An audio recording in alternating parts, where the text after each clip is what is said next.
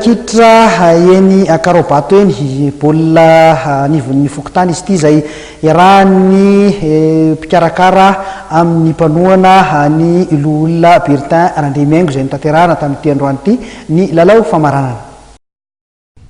Raha natomboka ny 10 febroary lasa teo dia niditra tamin'ny famaranana androany.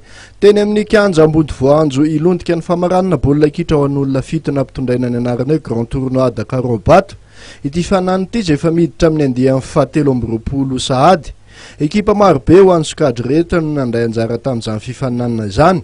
Teo amin'ny sokajy senior dia 20 ny ekipa, vétéran 30, super vétéran 10, U19 20, U17 15 ary ny U15 ekipa 14. Ny fikambanan'ny mpankafy baolina kitra ao amin'ny commune Akarobato tarehany Henri Félix Razafy Matratra moa no mikarakara ity hetsika ity isan-taona.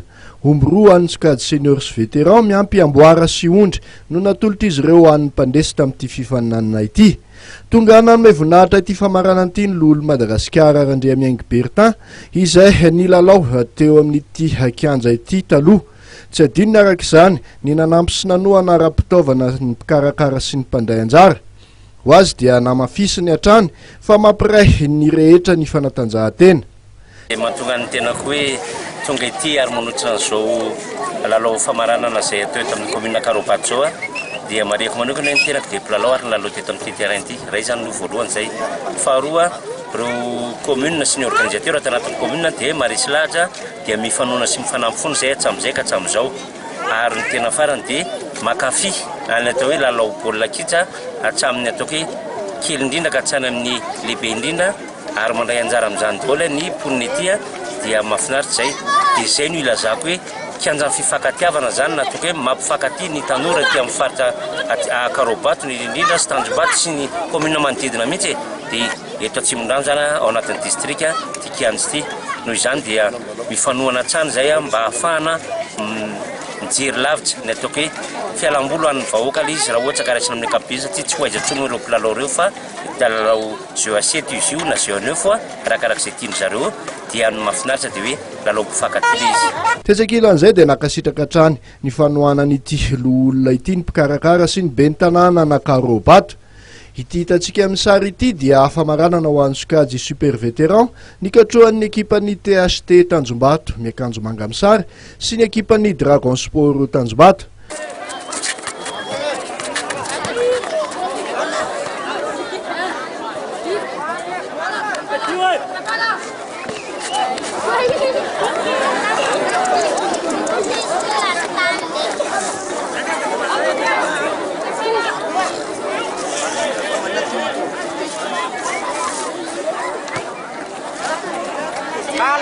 Calma, Dino.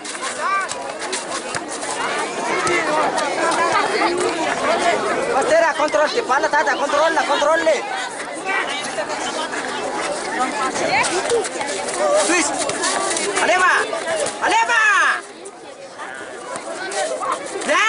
Aleva. Au. Pé, tourner.